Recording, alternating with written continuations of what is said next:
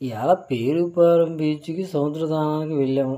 స్నానం అయిపోయి వస్తున్నప్పుడు సముద్ర గట్టంట బండి వేసుకుని దూరంగా ఒక ఎద్దు పడుకోవడం చూశాను. 2 కాళ్ళు పైకెత్తి పడుకుంది. అది ఎందుకమ్మా అలా పడుకుందని దగ్గరికి వెళ్ళి చూడగా మెడలో కట్రోడు, తాడు, దాని కాళ్ళకు బంధం 3 మెలేసుకుని కాలికి బిగిసిపోయి ఉంది. అది కనీసం నడవలేని స్థితిలో కూడా ఉంది. దీన్ని గమనించాను. కానీ ఇది పేరుపాలెం బీచ్ సమీప గ్రామాల్లో సంబంధించిన ఎద్దు.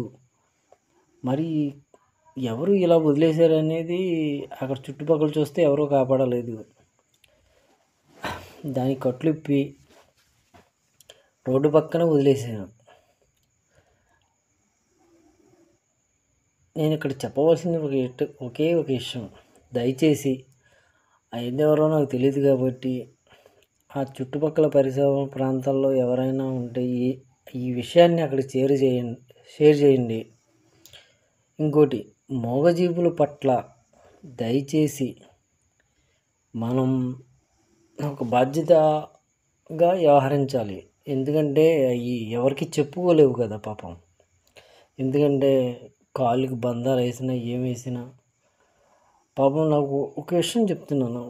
అది ఇప్పి దాన్ని తోడట్టుకుని తీసుకెళ్తుంటే ఒక గుంట్లోనూ నీళ్లు ఉంటే ఆ నీళ్లు తాగి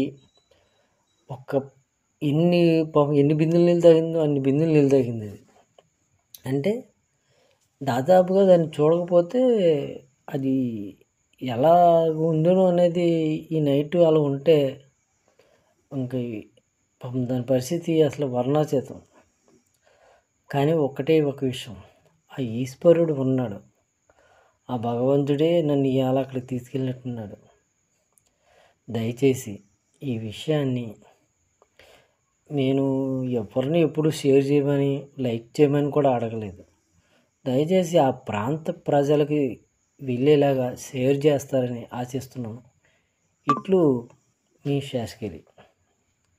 జై జనసేన, జై ఆంధ్రప్రదేశ్, జై భారత్ మాతా కీ జై.